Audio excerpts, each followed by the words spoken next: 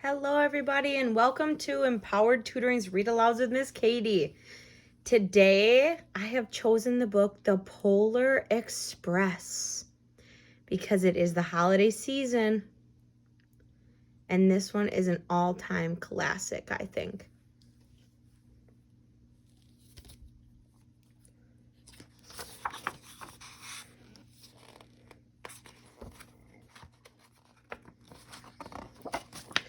The Polar Express. On Christmas Eve, many years ago, I lay quietly in my bed. I did not rustle the sheets. I breathed slowly and silently.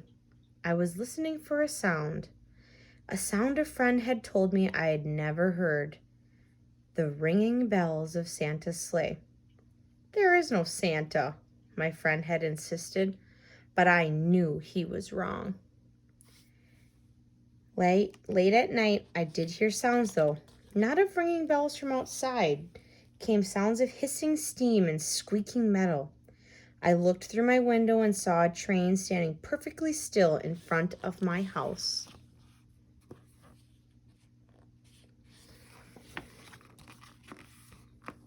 It was wrapped in an apron of steam.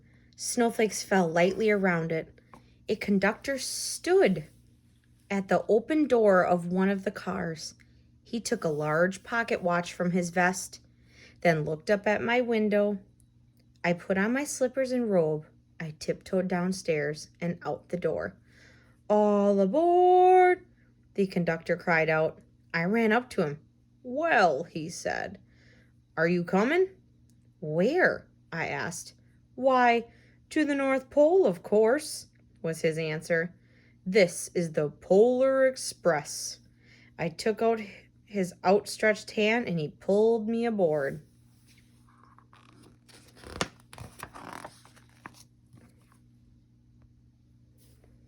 The train was filled with other children, all in their pajamas and nightgowns. We sang Christmas carols and ate candies with nougat centers as white as snow. We drank hot cocoa as thick and rich as melted chocolate bars.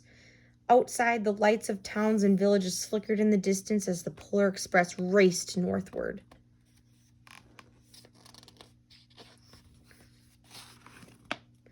Soon, there were no more lights to be seen. We traveled through cold, dark forests, where lean wolves roamed and white-tailed rabbits hid from our train as it thundered through the quiet wilderness.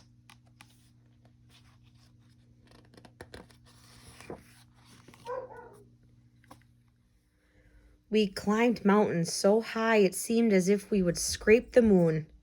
But the Polar Express never slowed down. Faster and faster we ran along, rolling over peaks and through valleys like a car on a roller coaster.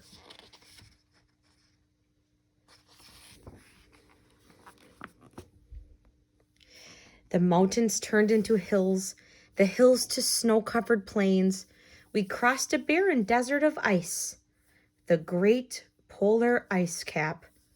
Lights appeared in the distance. They looked like the lights of a strange ocean liner sailing on a frozen sea. "There," said the conductor, "is the North Pole."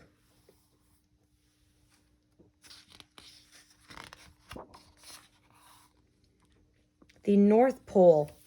It was a huge city standing alone at the top of the world, filled with factories where every Christmas toy was made. At first, we saw no elves. "They are gathering at the center of the city," said the conductor, told us. "That is where Santa will give the first gift of Christmas." "Who receives the first gift?" we all asked. The conductor answered, "He will choose one of you."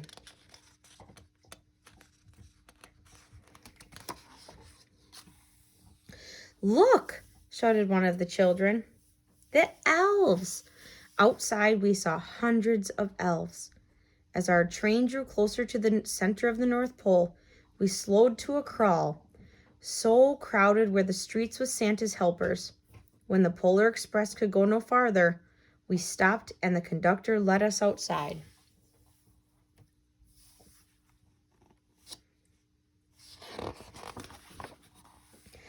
We pressed through the crowd to the edge of a large open circle. In front of us stood Santa's sleigh. The reindeer were excited. They pranced and paced, ringing the silver sleigh bells that hung from their harnesses. It was a magical sound, like nothing I'd ever heard. Across the circle, the elves moved apart and Santa Claus appeared. The elves cheered wildly. He marched over to us and, pointing to me, said, "Let's have this fellow here." He jumped into his sleigh. The conductor handed me up. I sat on Santa's knee and he asked, "Now what would you like for Christmas?"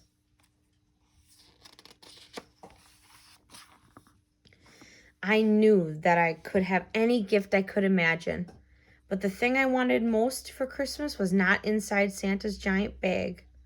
What I wanted more than anything was one silver bell from Santa's sleigh.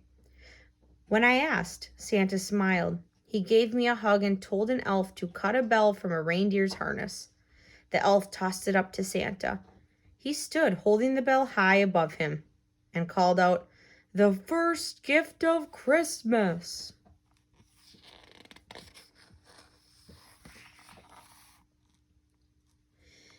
A clock struck midnight as the elves roared their approval. Santa handed the bell to me, and I put it in my bathrobe pocket.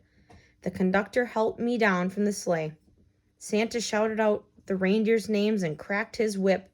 His team charged forward and climbed into the air. Santa circled once above us, then disappeared in the cold, dark polar sky.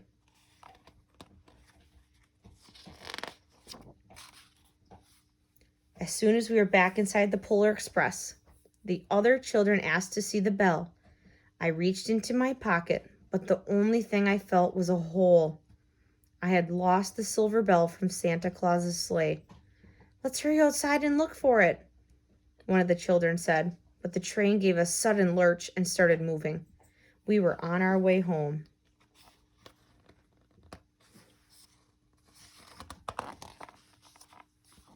It broke my heart to lose the bell.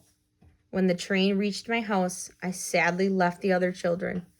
I stood at my doorway and waved goodbye. The conductor said something from the moving train, but I couldn't hear him. "What?" I yelled out. He cupped his hands around his mouth. "Merry Christmas!" he shouted. The Polar Express let out a loud blast from its whistle and sped away. On Christmas morning, my little sister Sarah and I opened our presents. When it looked as if everything had been unwrapped, Sarah found one last small box behind the tree. It had my name on it. Inside was the silver bell. There was a note. "Found this on the seat of my sleigh. Fix that hole in your pocket. Signed, Mr. C." I shook the bell. It made the most beautiful sound my sister and I had ever heard. But my mother said, "Oh, that's too bad." "Yes," said my father. "It's broken." When I'd shaken the bell, my parents had not heard a sound.